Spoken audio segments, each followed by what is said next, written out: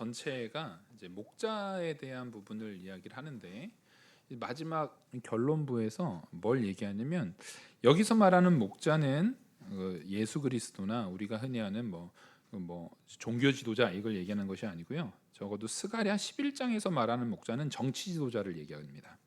정치 지도자의 올바르지 않음이 결국 이스라엘 백성들로 하여금 완전히 찢어지게, 우리가 지난주에 나눴던 것처럼, 지난주 말씀처럼 북이스라엘과 남유다가 이제는 아예 완전히 끊어진다. 그래서 14절에 이렇게 말하죠. 내가 또 연합이라는 둘째 막대기, 하나는 은총이라는 막대기였고 하나는 연합이라는 막대기였는데, 연합이라는 막대기가 북이스라엘과 남유다의 연합을 얘기하는 거거든요. 근데 북이스라엘과 남유다의 연합이 정치 지도자들의 잘못된 이제 판단들, 말이 잘못된 판단이지, 이스라엘에게 있어서 나타나는 이 어리석은 목자, 이 어리석은 목자다라고 말할 때 이 정치 지도자들은 자기 욕심밖에 챙기지 않는 자들이었습니다. 그래서 여기서 좀 구분해야 되는 게, 지도자를 얘기할 때 뭐 이스라엘은 정치가 경제 지도자가 이제 정치 지도자라는 게 종교적인 것이라든가 나머지 이제 이 다스리는 부분에 있어서 둘 다 정치 지도자지 않았느냐라고 했을 때, 적어도 이 스가랴 11장에서는요 종교 지도자를 뺀 정치 지도자를 얘기하고 있습니다. 왜냐하면 이 당시에 이제 종교 지도자는 에스라였거든요. 그러니까 에스라를 통해서 복음이 계속 선포됐어요. 계속 말씀으로 바로 세우고 있었어요. 바로 하나님께서 세우려고 애를 썼어요. 근데 정치 지도자들이 하나님의 말씀대로 살질 않습니다. 그러니까 사실은 여기서는 흔히 우리 얘기하는 그 스룹바벨이, 그리고 스룹바벨 이후에 나타나는 그 정치 지도자들이 제대로 된 역할을 하지를 않습니다. 자기가 마땅히 했어야 될 역할을 하지 않고 성전을 세우는 일이나 정말 성벽을 세워서 백성들을 보호하는 일이나 백성들을 정말 안전하게 보호하고 먹이고 하는 일을 전혀 돌아보지 않습니다. 그래서 제일 먼저 자기 집부터 세우고 자기 이익부터 챙기고 자기 안전을 위해서 주변의 이 나라들, 나중에 보면은요 느헤미야가 이제 그 성벽을 재건하고 돌아갔다가 다시 와요. 그러니까 느헤미야가 정치 지도자의 회복을 상징적으로 보여주는 인물이거든요. 그러니까 느헤미야 가기 전까지 이스라엘의 정치 지도자가 전부 다 싸웠어요. 그러니까 에스라가 한만 말씀을 전해도 이 정치 지도자들이 전혀 돌이키질 않는 거예요. 계속 자기 이익만 가지고 합니다. 느헤미야가 가가지고요 가만두지 않습니다. 완전히 다 뒤집어 엎어버리거든요. 근데 이 사람들의 이 악함이 얼마나 큰지 느헤미야가 잠시 갔다 돌아왔더니 그 원수가 어디에 이 성벽 안에, 성전 안에 방 하나를 차지하고 있는 거예요. 느헤미야가 다 치워버리고 가만 놔두질 않습니다. 이게 무슨 얘기냐면, 이스라엘의 정치 지도자들이 하나님을 떠나서 마음에 뭐만 가득하냐면 자기 이익만 가득한 거예요. 근데 이게 어느 때랑 똑같습니까? 그래서 스가랴를 보면, 야, 니네 스가랴 우리 앞부분에서 요거 기억나실 거예요. 니네가 내 말 순종하지 않고 우상 섬기고 정말 너희들 네 자신밖에 몰라가지고 욕심 부리고 정말 자기한테 조금만 손해되면은 막 불같이 화를 내고 자기 이익을 위해서는 상대방을 아무렇지도 않게 죽이고 아무렇지도 않게 괴롭게 하면서 자기가 조금만 손해되면은 갖다 막 들이받고, 근데 다른 사람에 대한 긍휼은 전혀 없이 항상 자기만 이해하고 자기 불편한 거는 안 참고 다른 사람에 대한 아주 작은 실수에도 그건 절대 용납하지 않는 그런 이스라엘을 하나님께서 엄청 책망하시거든요. 엄청 책망하고 결국에는 그것들이 언제나 자기 이익만 하는 것은, 우리는 이렇게 생각해요. 돈 많은 사람 강자고 돈 없는 사람 약자입니까? 아닙니다, 여러분. 돈 많은 사람 강자고 돈 없는 사람 약자가 아니에요. 우리 지원자매가 여기 동작구에서 하잖아요. 가끔 얘기를 들어보면 막 그런 사람들이 있대요. 감옥에서 이제 막 출소해가지고 이거 나 그 보상 이렇게 도와주는 거 그거 안 해준다고 막 협박을 한다는 거예요. 얼마나 무섭습니까, 그 사람. 아니 무슨 공무원들 누가 보호해 줘요? 출퇴근할 때 누가 보호해 줍니까? 근데 그 사람 얼굴 뻔히 알고 있잖아요. 여잔데 내가 출소했는데 나 죽여버리고 뭐 나도 죽어버려 막 그래서 막 협박한단 말이에요. 그럼 그 누가 보호해 줄 거예요? 그럼 그 사람은 부자여가지고 강자인 겁니까? 아닙니다, 여러분. 그래서 강자 약자 얘기할 때는 악한 의미의 강자들은 뭐냐면요, 지밖에 모르는 인간이 강자예요. 다른 사람 용납 안 해요. 내 승질 나면은 그냥 끝인 거예요. 내가 해코지해 버리겠다. 내 승질 나면, 내 마음에 안 들면 나 서운하게 해 네가? 그 사람들 막 신청하고, 절차가 안 돼가지고 원칙이 안 돼가지고 안 된다고 해도 그것 때문에 내가 열받으면, 물론 내가 화날 수 있는 상황이 있을 수도 있어요. 근데 그 경우에도 우리는 언제나 저 사람도 사정이 있겠지를 돌아봐야 됩니까? 안 돌아봐야 됩니까? 당연히 돌아봐야 됩니다. 저 사람도 공무원으로서 하다가 뭐가 안 될 수 있겠지. 예를 들어서 백보양보해가지고 공무원이 실수할 수 있죠. 당연히 나와야 된 건데 안 나오는 사례도 있죠, 가끔. 있대요. 실수할 수도 있겠죠. 그러면 실수를 해 네가? 네 돈 아니라고 실수하는 거야? 너 죽여버릴 거야? 막 이런단 말이에요. 아니, 사람 실수 안 합니까? 자기는 실수 안 합니까? 근데 저는 그 얘기 들을 때 너무 마음이 아파요. 귀한 딸인데 그런 협박받으면서 이래요, 여러분. 여러분, 근데요, 적어도 성도인 우리가요, 누구한테 그런 위압을 주는 존재가 되면 안 돼요. 내가 뭘 하다가 내가 고객일 수도 있고, 내가 어디에 그 사람보다 더 어쨌든 서비스를 받는 위치에 있는 사람일 수 있어요. 그런 경우에도 함부로 네가 나를 서운하게 해? 너 그런 실수해? 실수하면 안 되지 막 이러면서 막 따지면 됩니까? 안 됩니까? 안 돼요, 여러분. 그 사람이 잘못했다 할지라도, 연약하다 할지라도 그렇게 함부로 대하는 게 아니에요. 이것은 가난하고 부자고의 문제가 아닙니다. 그 사람이 더 어떻고의 문제가 아니에요. 태도의 문제고 마음의 문제고 상태의 문제인 거예요. 예를 들어서 가족 안에서도 그럴 수 있어요. 누가 실수할 수 있죠. 잘못할 수 있어요. 나를 서운하게 했을 수 있어요. 근데 불같이 화를 내는 사람이 있어요. 도저히 용납 안 하는 사람이 있어요. 견디지 못하는 사람이 있어요. 여러분, 그거를 우리는 분노 조절 장애라고 합니다. 언제나 모든 상황에서 잘못할 수 있다라는 전제는 나뿐만 아니라 상대방도 마찬가지인 거예요. 잘못이 있을 수 있어요. 우리는 실수가 하나도 없는 사람을 봅니까? 못 봅니까? 못 봅니다. 우리 다 실수하잖아요. 근데 이상하죠? 자기가 실수했을 때는 내가 실수했네, 그리고 넘겨요. 그거 누가 안 넘어가 주면은 저런 사람이 다 있어. 실수할 수도 있지 뭐 그걸 가지고 저렇게 예민하게 굴어. 왜 저렇게 대하는 거야? 이렇게 한단 말이에요. 그렇죠? 내가 실수한 당사자일 때는. 근데 말 그대로 내가 그 실수 때문에 손해를 본 당사자예요. 그런 사람은 그 지원점에 일할 때 하는 그 사람처럼 협박해버려요. 그리고 맹목적으로 다른 사람들을 불편하게 해버립니다. 그게 가족이든 어디든. 여러분, 이런 태도를 바꿔야 된다는 거예요. 여기에서 이 정치 지도자들은 기본적으로 권력을 가지고 있어요. 군권을 가지고 있고요. 그 백성들을 자기들이 얼마든지 사용해서 무언가 이익을 얻을 수 있는 위치에 있는 사람들이란 말이에요. 정치 지도자들이란 말이에요. 근데 그 사람들은 그 정치에 대한 부분을 마땅히 뭐에 근거로 세워나가야 됩니까?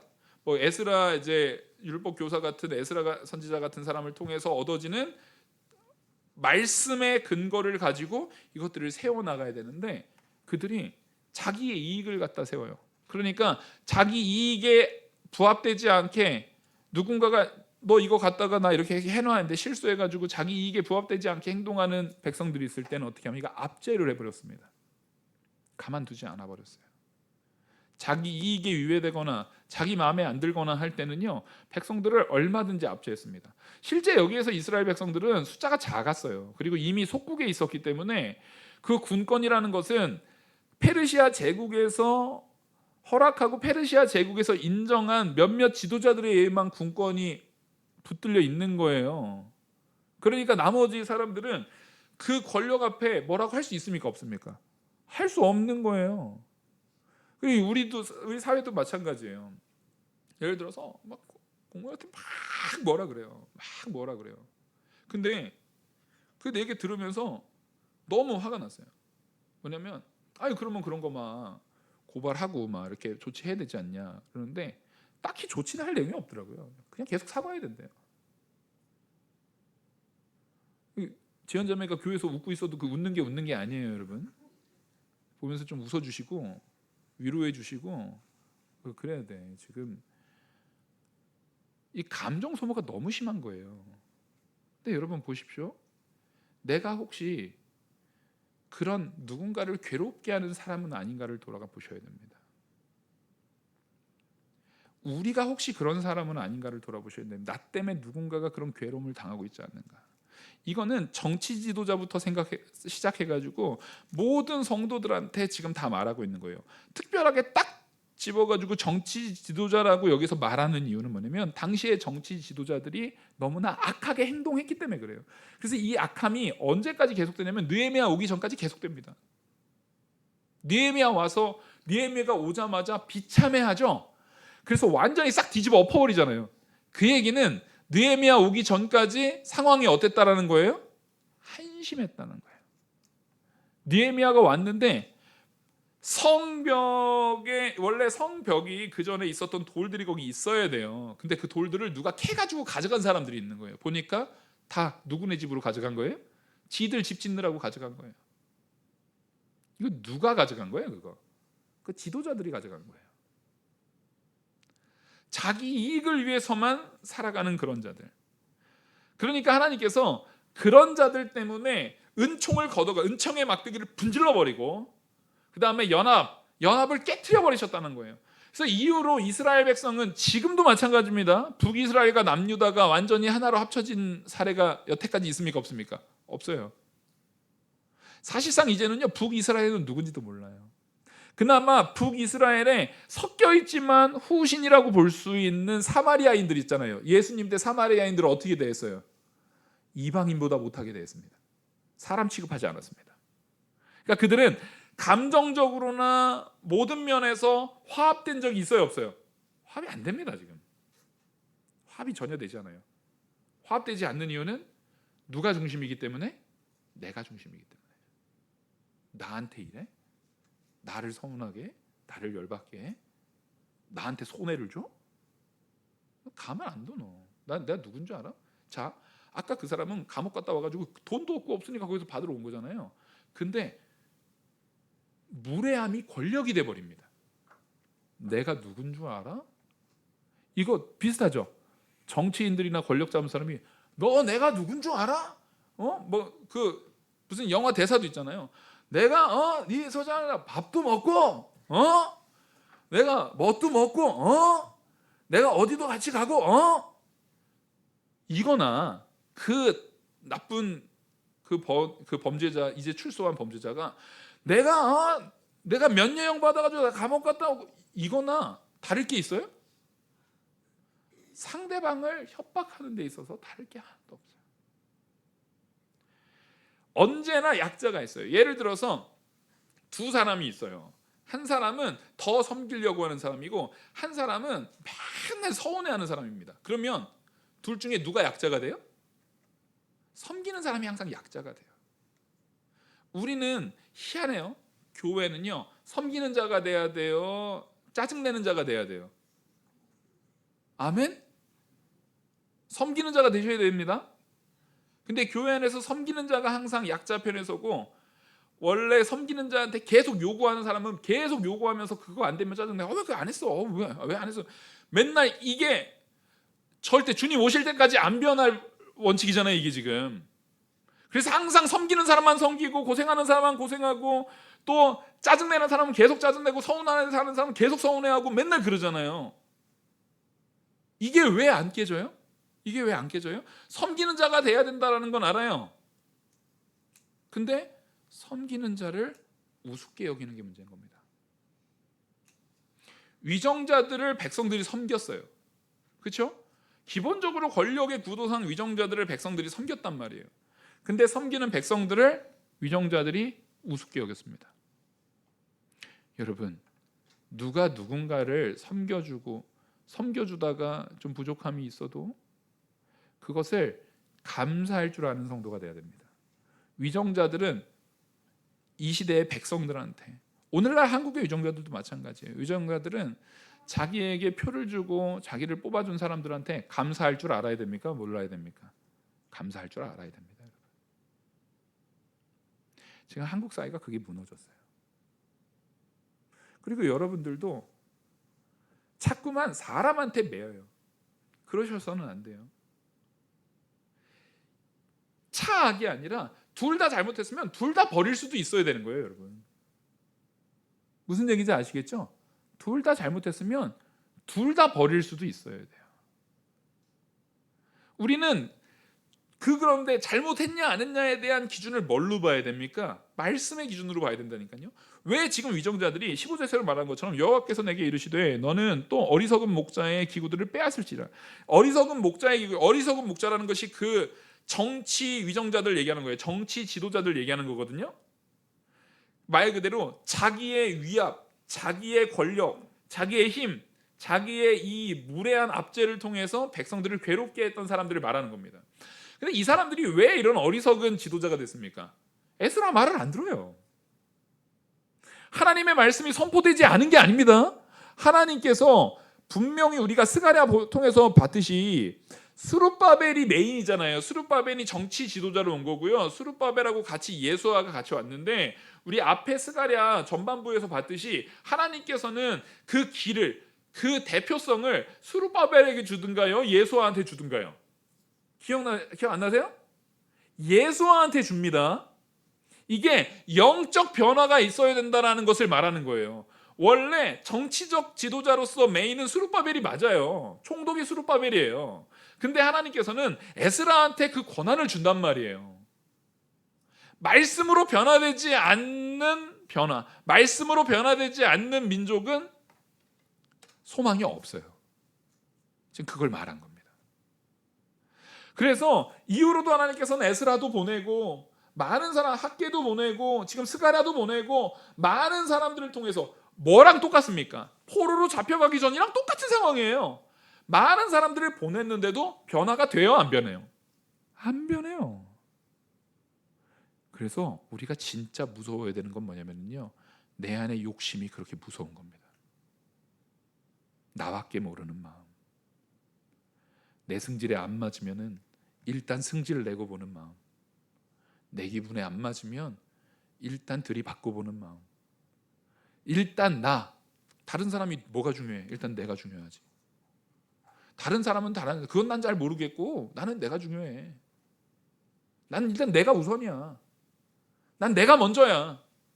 성도가 제일 먼저 버려야 되는 마음이 이런 마음입니다. 그 마음을 하나님은요, 교만이라고 말해요. 자기밖에 모르는 마음, 자기 먼저 생각하는 마음. 자기 먼저 생각하는 마음은 왜 그게 교만이냐면 누구도 뒷전으로 밀립니까? 하나님이 뒷전으로 밀려요. 하나님이 우선이 아니에요. 그래서 하나님께서는요, 너희들을 다시는 연합하지 못하도록 연합의 지팡이도 꺾어버리는 거예요.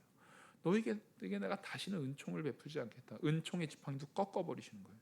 여러분, 우리가요 성도인데, 여러분들이 성도인데 계속 무례한 행동, 계속적으로 변화됨이 없이 자기밖에 모르고, 일단 내 기분에 안 맞으면 확 승질부터 내고, 일단 내 뜻에 안 맞으면 확 들이받기부터 하고, 일단 내가 참음은 하나도 없이, 내가 섬김은 하나도 없이 내놓기만, 난 받기만 하려고 하는 상황이 되잖아요. 그러면 하나님께서 적어도, 물론 그런다고 택한 백성이 지옥 가는 건 아니에요. 하지만 분명히 이 땅에서의 은총의 지팡이는 하나님께서 분질러 버리십니다. 이 땅에서의 연합의 지팡이는 하나님께서 분질러 버리십니다. 나의 무례한 태도 때문에 가정이 깨질 수 있어요. 나의 무례한 행동 때문에 자녀들이 망가질 수 있어요. 나의 무례한 내용들 때문에 교회가 깨질 수 있어요. 나의 무례한 태도들 때문에 모든 것을 망가뜨리는 자가 될 수 있어요. 이게 지금 스가랴에서 말하고 있는 아주 무거운 주제로서 말하는 거예요. 그래서 이 목자들을 얘기하는데 16절에 보라 내가 한 목자를 이 땅에 일으키리니, 이게 얼핏 보기에는 이거 말고 새로운 목자를 일으키시나 보다 하는데 그게 아니에요. 위에서 말한 그 어리석은 목자를 다시 한번 얘기하는 거예요. 그 사람이 어떤 태도로 보이는지를 말해주는 건데 이렇게 말합니다. 그가 없어진 자를 마음에 두지 아니하며. 자, 원래 목자는 잃어버린 양 하나를 위해서라도 나가야 돼요? 안 나가야 돼요? 나가야죠. 짊어지고 와서, 예수님처럼 선한 목자라고 한다면 짊어지고 와서 잔치를 베풀 거예요. 기뻐할 거란 말이에요. 근데 없어지거나 말거나 나랑 상관없어요. 그 양이 없어져가지고 고상을 당하거나 말거나 나랑 상관없어요. 근데 만약에 그게 자기한테 손해되는 일이면은 가만히 있어요? 승질내요? 승질이 확 나는 거예요. 이걸 잘 보십시오. 나랑 상관없을 때는 무관심한데 나랑 상관이 됐을 때는 승질을 확 낸다. 그럼 나는 지금 어리석은 목자인 거예요, 여러분. 난 지금 어리석은 목자의 자리에 서 있는 거예요. 이걸 비교하면서 보셔야 돼요. 그리고 그 다음에 이런 얘기를 합니다. 흩어진 자를 찾지 아니하며. 막 흩어졌어요. 이스라엘 백성들이요, 지금 북이스라엘 남유다가 흩어졌잖아요. 그러면 이 정치 지도자들이 적어도 요 시대만 하더라도, 요 때만 하더라도 아직 회복할 수 있었어요. 뭐를 회복할 수 있냐면 행동할 수 있는 시기예요. 아수르 때나 바벨론 포로 때나 다 해봤자 아직 그래도 100몇십 년이에요. 그러면 족보 찾고 올라가면, 이스라엘은 족보가 기가 막히게 돼 있거든요. 이스라엘은 족보가요 700년, 800년, 1000년 지나도요 족보가 완벽해요. 이스라엘에서 족보는 그래서 엄청나게 연구 대상이 될 정도로 족보가 완벽해요. 그러니까 지금 북이스라엘 남유다가 이렇게 분단돼서 아수르 때 잡혀갔고 바벨론 때 잡혀갔어도 족보 찾으면 다 아직은 찾을 수 있어요, 없어요? 섞였어도 이 시점이래 봐야 아직 150년도 안 지난 거예요. 한 두어 대 간 거예요. 무슨 얘기인지 아시겠죠? 한 두어 대 간 거란 말이에요. 저도 내가 족보 그런 거 잘 모르지만 저희 집 족보 보니까 저희 증조 할아버지만 이때까지 있더라고요. 그럼 한 그 정도 된 거예요. 그럼 얼마든지 찾을 수 있어요, 없어요? 얼마든지 찾을 수 있어요. 그게 흩어진 자들이에요. 근데 정치 지도자들이, 그건 누가 할 겁니까? 종교 지도자가 하는 일입니까? 아니거든요. 그 정치 지도자들이 했어야 돼요. 하나님께서 다시 화합할 것을 그들에게 맡긴 거예요. 그러면 그 노력을 했어야 돼요. 노력을 안 해요. 제가 요즘 한국 사회를 보면서요 이게 느껴져요. 여러분, 제가 하나 묻겠습니다. 우리의 소원은? 지금 이게 기계적으로 배우신 분들이 있어요. 그죠? 근데 찬이 형제 세대한테 우리의 소원은 하면 통일이에요? 강남 아파트? 찬이 형제 세대만 해도 우리의 소원 통일 아니죠? 실제로입니다, 여러분. 90년대생들한테 통일을 얘기하면은 부정적인 마음이요. 아니, 통일 필요 없다. 찬이 형제가 통일을 되게 싫어한다는 얘기 아니에요. 통일 필요 없다라고 말하는 사람들이요 훨씬 많습니다. 걔네들이랑 통일되면은 내 세금 걔네 써야 되고 이런 이야기들을 하는 거예요. 근데 그거 정말 애들이 그런 생각을 한 걸까요? 정치 지도자들이 그런 생각을 주입시킨 걸까요? 이거 어른들이 주입시킨 거예요, 여러분. 적어도 근데 내가 성도잖아요.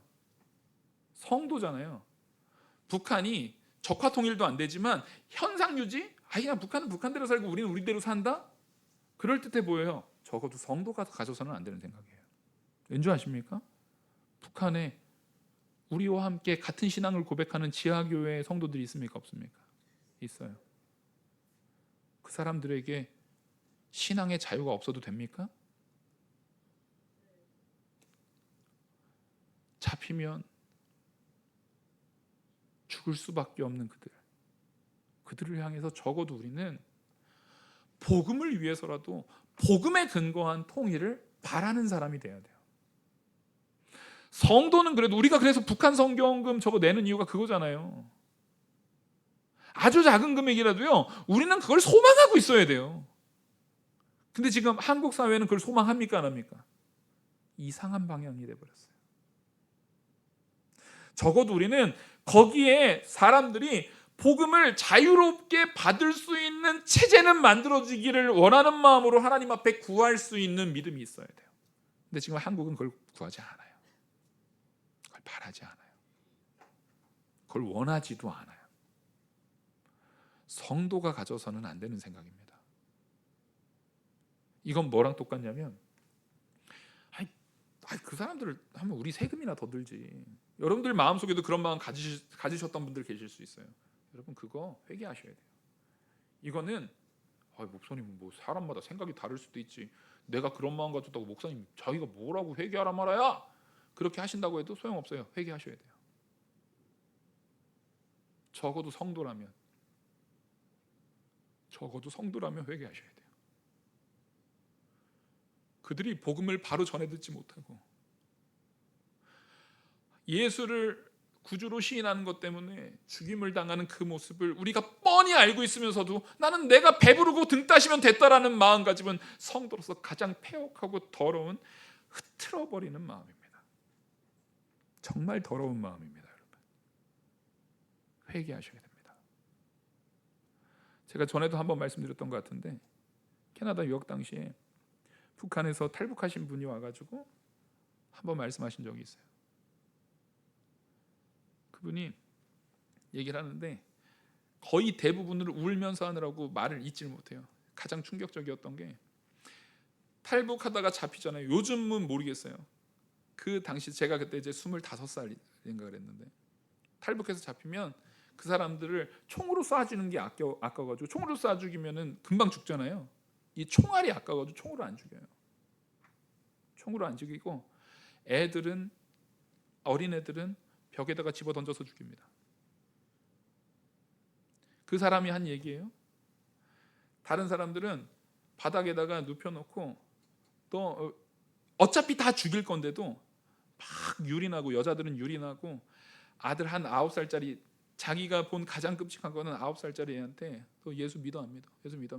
걔가 죽을 때까지 예수 믿는다라고 고백을 했대요. 근데 그 어머니가 보는 앞에서 걔를 우리 그거 있잖아요. 그 옛날에 테니스장 미는 거 이제 그 불도저 같은 그 돌에 사람이 미는 거 그 불도저로 밀어가지고 터쳐서 죽여버렸답니다. 여러분 그런 데에 성도가 있어요. 근데 우리는 무관심하다고요? 지금 이 흩어졌다라는 것이 바로 그런 거예요. 이 정치 지도자들이 자기들은 일단 돌아왔어요. 그리고 지금 주변에 있는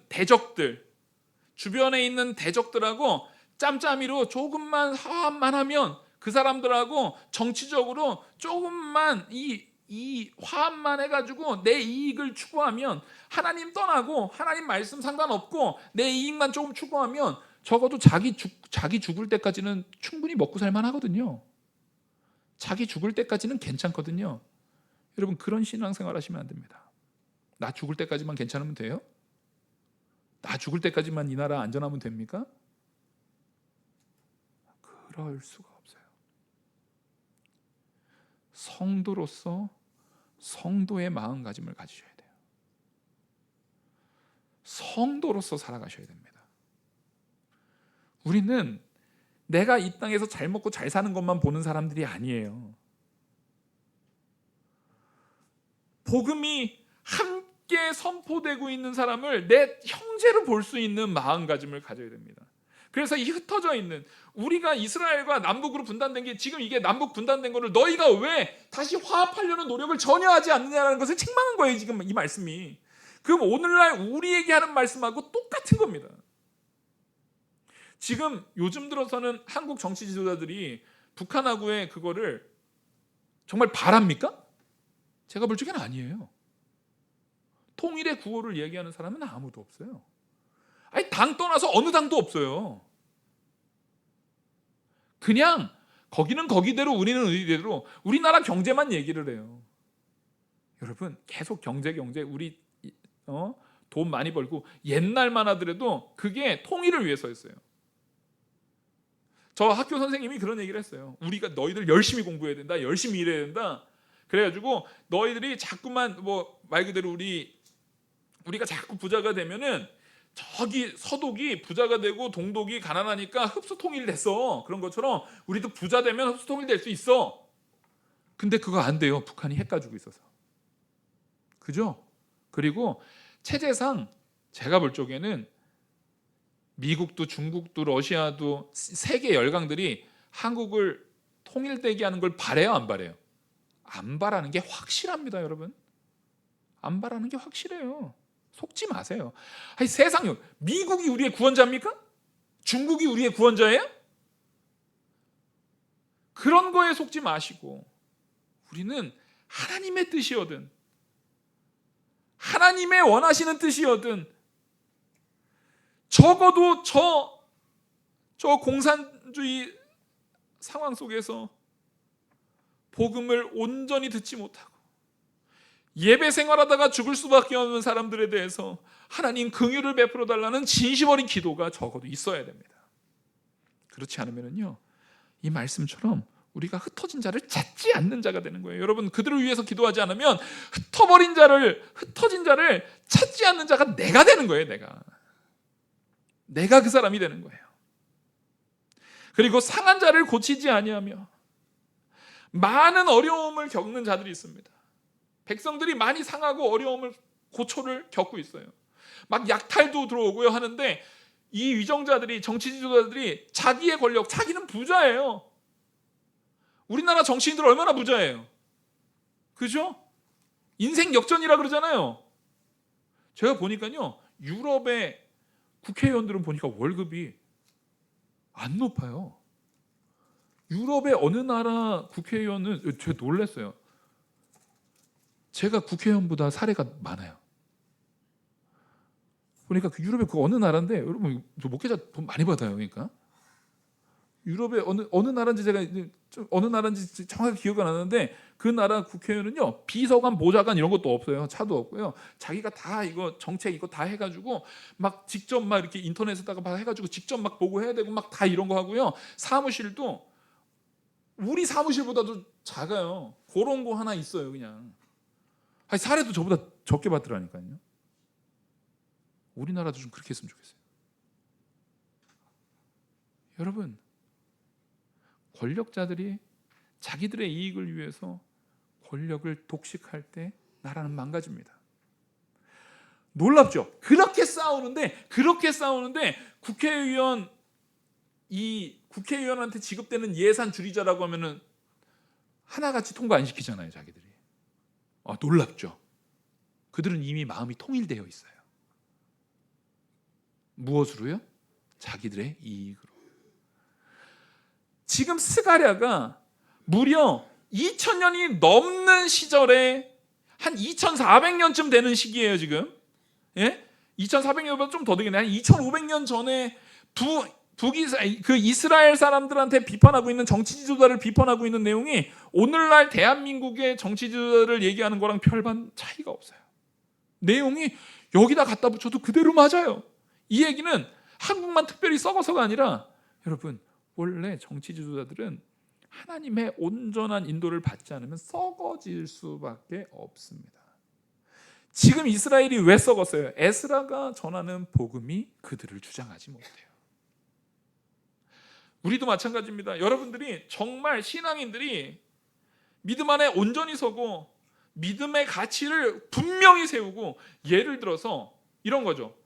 저는 동성애를 반대합니다. 동성애 있을 수가 없어요. 동성애 같은 것들이 학교 교육에 초등학교에서 교육되어진다는 것 자체를 저는 도저히 용납할 수가 없어요.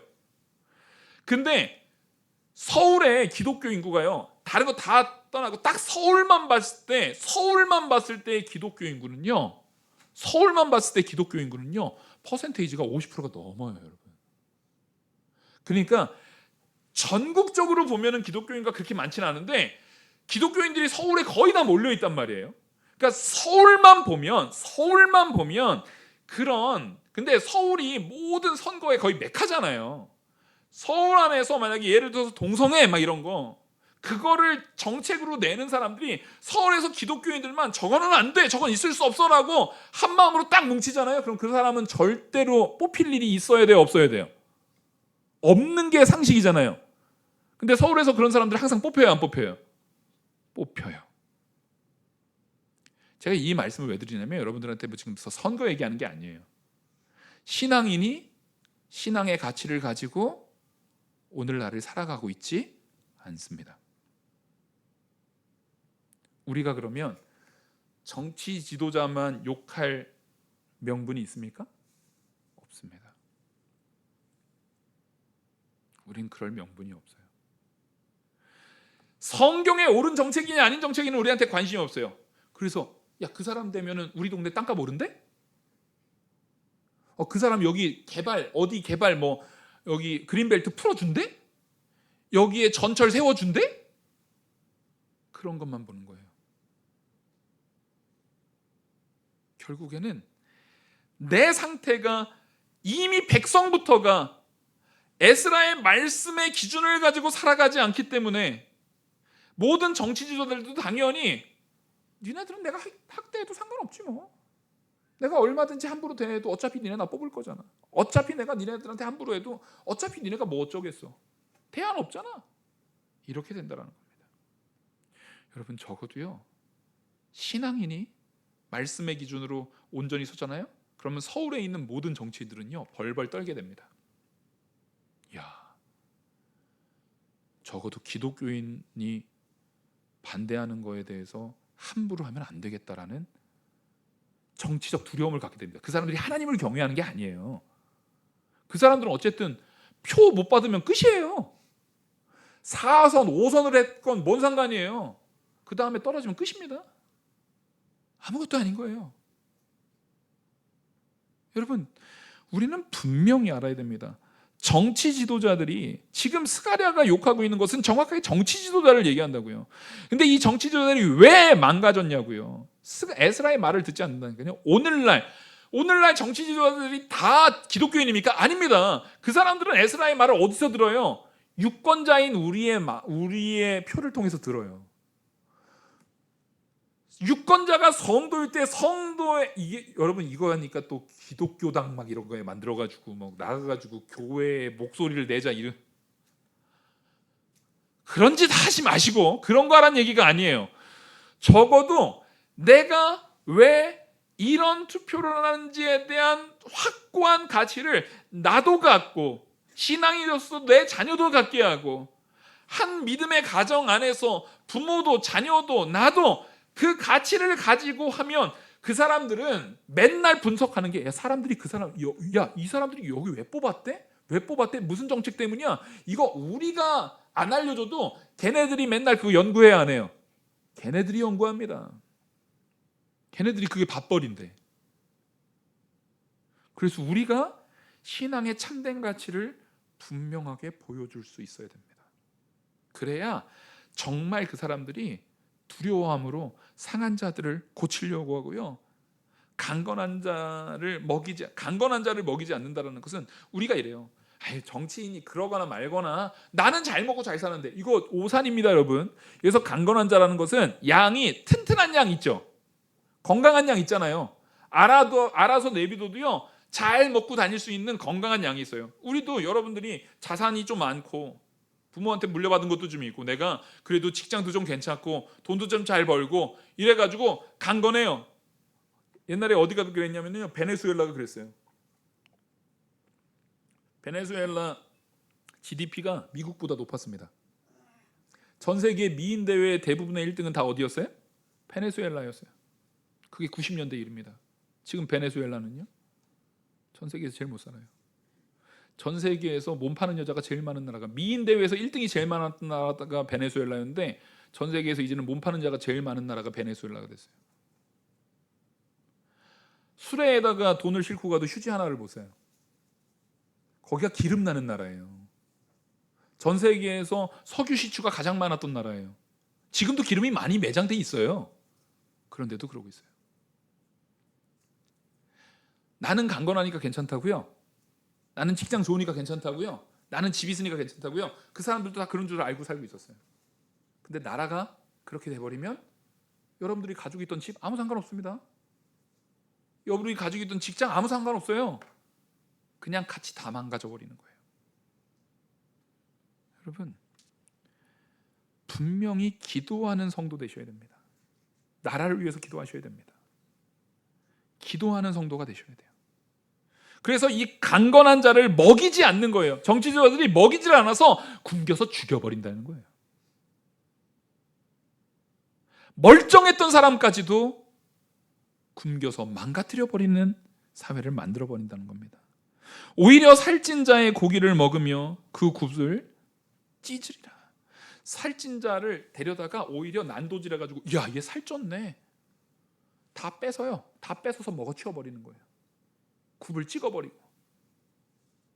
근데 여러분, 우리는 뭘 봐야 됩니까? 이런 자를 하나님이 가만두십니까? 안 두십니까? 하나님이 가만두시지 않습니다. 그래서 우리는요, 에스라의 말씀을 붙들고, 스가랴가 말하는 그 선지자의 말씀을 붙들고, 학개가 말하는 그 말씀을 붙들고, 진리 안에서 우리의 유권도 스스로 표출을 하고, 우리의 가치관도 스스로 자녀들에게 계승하고, 신앙의 가치관을 온전히 세워나가면서 주님 오실 날을 기다리는 거예요. 그냥 사는 거 아닙니다. 그냥 사라지는 거 아니에요. 항상 성도로 사셔야 됩니다. 성도로 사실 때에 이들이 아무리 그런 나쁜 짓을 한다 할지라도 하나님께서 결국 성도를 위해서 그들을 멸하십니다. 그래서 17절에 화 있을진저 양떼를 버린 못된 목자여 칼이 그 팔과, 그 팔이라는 것은 그가 그동안에 사람들을 압제했던 그 권력에 대한 부분을 없애버리시겠다는 거예요. 그리고 오른쪽 눈에 내리리니, 칼이 오른쪽 눈, 오른쪽은 가장 요긴한 곳이에요. 내가 그동안에 내가 좋았던 것, 내가 기뻤던 것, 나를 기쁘게 하는 것만 바라보던 것을 하나님께서 그 눈을 뽑아버리신다는 거예요, 칼로. 그래서 잘못된 정치 지도자들은 하나님께서 반드시 심판하십니다. 그래서 우리는 막 광장에 나가가지고 막 그런 걸 하는 자들이 아니라 기도로서 옳지 않은 것에 대한 부분이 옳지 않다라고 적어도 내가 알고 선포하고 내 자녀에게 가리키고 말할 수 있는 그런 사람이 되어야 됩니다. 그렇게 에스라가 전한 말씀대로 정치 지도자들이 바로 했으면 어떻게 됩니까? 나라는 바로 세워집니다. 그걸 했던 게 느헤미야입니다. 느헤미야가 와서 제일 먼저 한 게 뭔지 아십니까? 에스라를 통해서 망대에서 말씀 낭독하는 거예요. 예배부터 회복시켰습니다. 느헤미야가 와서 한 것은요, 야, 여기 역학조사하고 뭐 돈 얼마 있어, 다 뭐 걷어와, 이런 거 한 거 아니에요. 예배부터 회복했어요. 에스라를 통해서 그 지도자들과 백성들에게 말씀부터 전하게 했어요. 그리고 지도자들 다 불러다가 니네들이 지금까지 잘못했던 거 낱낱이 다 한 다음에 곤장 때렸어요. 후드려 팼습니다. 그냥.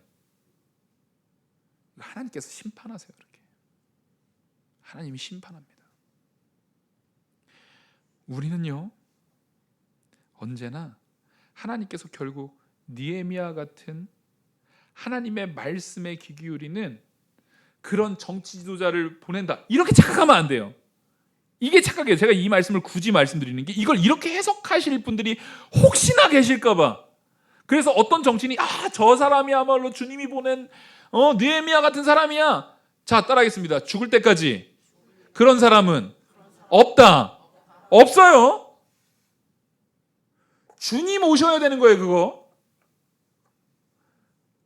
목사님, 이 사람만은 틀려요. 이 사람은 다른 사람이에요. 이 사람은 진짜 이제, 이 사람은 진짜 새로, 완전히 이 사람을 통해서 이제 나라 바뀔 거예요. 아니요, 없어요, 여러분. 없다고요. 오히려 우리는 내가 그리스도로 온전한 사람이 되어서 온전한 사람들의 메시지가 그들에게 들리게 하는 것. 그러면 다른 게 아니에요. 우리가 그렇게 믿음 안에서 거룩하게 사는 사람들이 많아지면 됩니다. 열심히 전도하고 좀 신앙에는 자녀도 좀 많이 낳았으면 좋겠어요. 저도 딱 본전치기만 하는 사람이라 제가 이런 말하는 것도 좀 죄송하지만 2명밖에 안 나가지고 죄송하지만 되도록이면 많이 낳고 많이 전도하고 많이 복음 전해서 신앙인들의 가치관, 신앙인이 정치력을 발휘하라는 얘기가 아니에요. 신앙인들의 가치관이 옳다라는 것을 정치인들도 알고 두려워할 수 있는, 적어도 그런 신앙의 기준으로 저와 우리 모든 성도들이 세워지기를 간절히 축원합니다. 기도하시겠습니다.